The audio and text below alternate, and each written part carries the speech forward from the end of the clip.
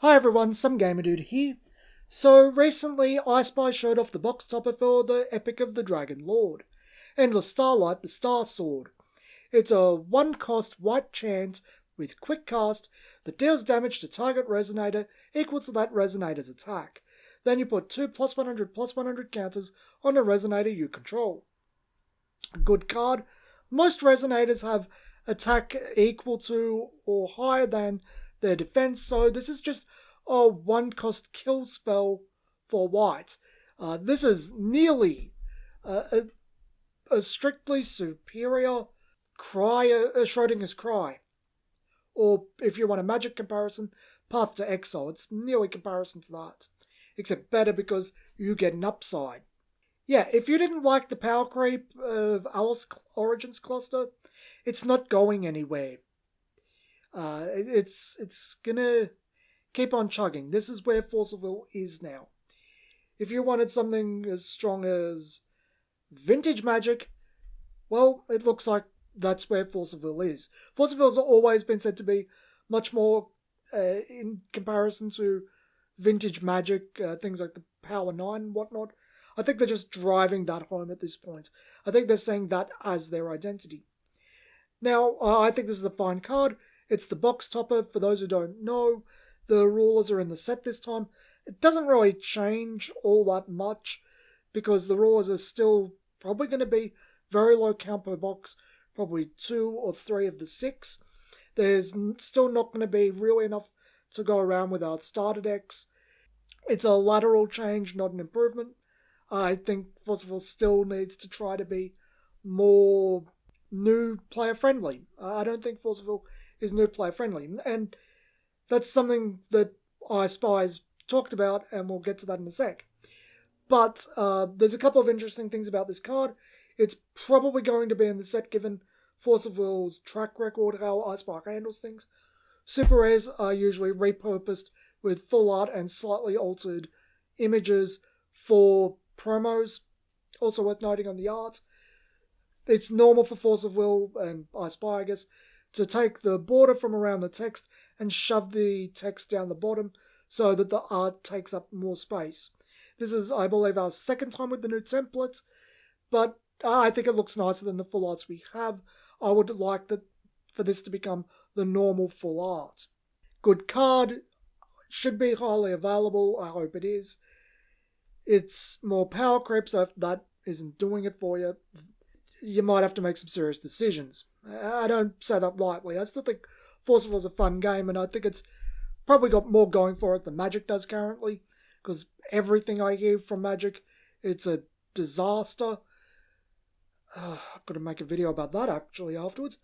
But yeah, let's just talk about what I Spy has to say about this, and then the artwork itself. So I Spy put up this post with the card, saying one important piece of information. The ruler of light is a Borozuki, which has appeared in the past. We will introduce a Borozuki again when the preview starts, so please wait a while. She appears in the past as a vampire, but in this set, she appears as a human being before becoming a vampire. So, what does that tell us? Well, chances are because there's 6 rulers in the set, there's probably one of each colour. The blonde girl is not light, and there's probably one attribute, that gets 2 colours. And I'm thinking that might be black. Now, the reason I say that is, if a Borozuki is light, well, Seidro is black most of the time, darkness. Honestly, the whole Wind Darkness one was just for Rezard. Let's be honest about this. The Dragonoid woman who is not Sylvia is clearly fire. Ragnarok, having appeared in the past, not him himself, but cards associated with him, have always been water. Except for a light edition, which probably isn't really connected to him, it's just got the same name. And Wessler is usually fire or darkness, or fire and darkness. He could go either way, so fire or darkness would likely get a second one. With a Borozuki being light, that means the blonde girl that I Spy / Force of Will just put up as their icon on Facebook is likely the wind ruler. So we've got them all. We know who the rulers, what attributes are going to be. Now, I think it's interesting that they say at the bottom, this card is easy to use even for beginners, so please buy a box and get it. Well, the set isn't good for beginners. You have to buy box after box to get enough to play. That is not beginner friendly. Why you didn't do a starter deck, okay, I kind of get it with everything going on, but you really, really should have. Even if it was just something basic, you really should have. If I think I'll talk about this another time, but right now it would be in Force of Will / I Spy's best interest to push the game really, really hard. Strike while that iron is hot. But I digress. It's a topic I'll be talking about in a little bit. So I want to go back to the image on the card for a sec. Now, the Star Sword looks suspiciously like Zero's. The hat no longer has that crescent moon icon. She's also a human here, and yeah, it's starting to look a bit more like Zero. Now we know she's light, which Zero is. Yeah, it's starting to look like they are the same character, or have some type of connection. I'd wager it's more that they're the same character due to the time-spinning witch weirdness in that set. But it's interesting, and I think that's what we'll see come to pass, which may actually give us one more of the saga sets. We might actually get a set devoted to Zero becoming a Borozuki. Now, I don't think a Borozuki existed in the past sets. I don't think she existed before. When was her first appearance? Was it New Valhalla? I think it was New Valhalla block. I don't think the character conceptually existed before then. I think something with the time-spinning witch weirdness caused a Borozuki to exist. And I think a set in the Saga cluster will likely explain that.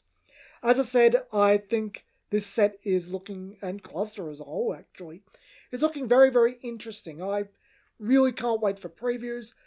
It's a really, really interesting thing they're doing. I've got a video coming up where I lament that they do side stories, prequels, and sequels all the time, and nothing really new. It's just the same stuff again and again. But I do have to admit, what they're doing here is actually interesting, because it's actually connected to something we've heard about. It's not just character origins, it's events. And that's a good way to do a prequel. I hope the cluster turns out well. As far as I'm concerned, Alice Origins turned out pretty well. I don't think Alice Origins 4 is a bad set at all. I think it was quite good. I enjoyed it. I think it's far better than any set 4 that has come prior. Tell me what you think of Endless Starlight, the Star Sword in the comments. Tell me what you think if Zero is a Borozuki thanks to the time-spinning witch or something. I don't really follow the Force of Will lore too tightly, but that's what it looks like to me, with just a little bit of knowledge of what's going on. This has been Some Gamer Dude, and thanks for watching.